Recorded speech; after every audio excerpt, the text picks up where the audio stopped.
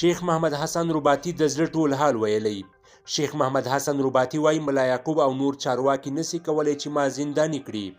زه د انبیاو رسولانو او ولیانو په خوښه امارت ته راغلی یم.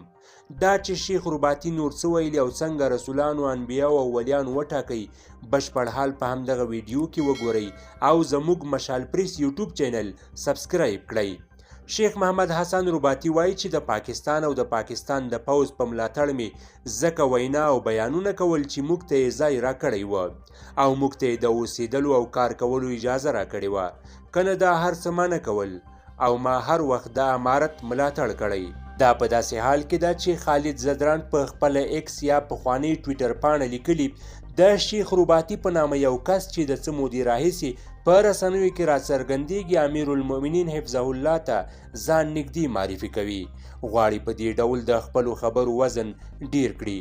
نوموړی امیر المؤمنین حفظه الله او د هغه متعلقینو سره هیڅ ډول اړیکه نه لري. دا چې شیخ رباطي تازه په یوه کلیپ کې څه ویلي او نورې کومې څرګندونې کړي په همدغه ویډیو کې را سره وګورئ.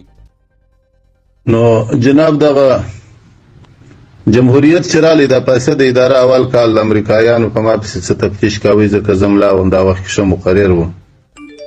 نو بیا مهاجر شولم لاړم په دا ګلستان کې مې مدرسه ونیوله، 98 کسه طالبان 100 کسه طالبان د وړو دورې مې جمع کړله. په خدای باور وکړه مهدي صاحب د آخرت په ورځ به دا خبره رښتیا سي. ما فعلا د جهاد اراده نه درلوده، حافظ دریم څه په دا شپو کې پورته سو زما سره رابطه کول اراده مې خاص نه وه. په خدای باور وکړه د آخرت په ورځ به سره ورسو. 3 شپې 4 شپې 5 شپې متصل کتاب به مې وکتې، د شپې به بیده ومه. نبي کریم صلی الله علیه وسلم به پر تور آس باندې سپور تور درېشي به کړې وه، خلفای راشدین ګرده یا نیم به ورسره وه. رالی زه به پروت وم په دا خوب کې په لغته به وولم ول پورته سه جهاد وکړه پورته سه جهاد وکړه.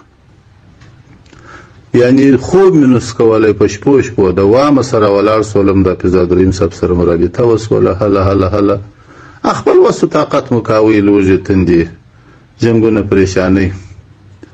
بیا دغه رقم درته وایمه چې دا د جهاد په دوران کې په هغه اولو کلو کې د امریکایانو په سختو شپو کې تر مزاري او تر هلمند او تر بولدکه پورې به بیا سره ورسو د الله حضور ته د نبي کریم علیه السلام حضور ته چې ما ته په ټولو جنګو کې هدایت مستقیما نبي کریم علیه السلام کاوی، حضرت عمر صاحب کاوی، عبدالرحمن ابن عوف کاوی، عبدالله ابن عمر کاوی، ابوبکر صدیق صاحب کاوی، موسی علیه السلام کاوی، عیسی علیه السلام کاوی، سلیمان علیه السلام کاوی. والله د ټولو انبیاو چیرې مې هم په یاد او د ټولو صحابو چیرې مې هم په یاد چې ما ته به هدایت په دې نظامي امورو کې کاوی. خو خود انسان دی، زموږ د لاسه به هم چپا ورسته خبرې پر فیسبوکو پورته کوي، مسلمانان په تشویش کې اچوي. په ما خو د ټول افغانستان خوا به ډېر یقیني ټول افغانستان پریشانه هم و. هغه هلته سیمینار په سیمینارو کې خو ټلیفونان دی نه پرېږدي، هغه ټوله پر 4 بجې راکړو ټلیفونان. بس نو چپا ورسته دا ټلیفون مې بند والا د خلکو د دغسې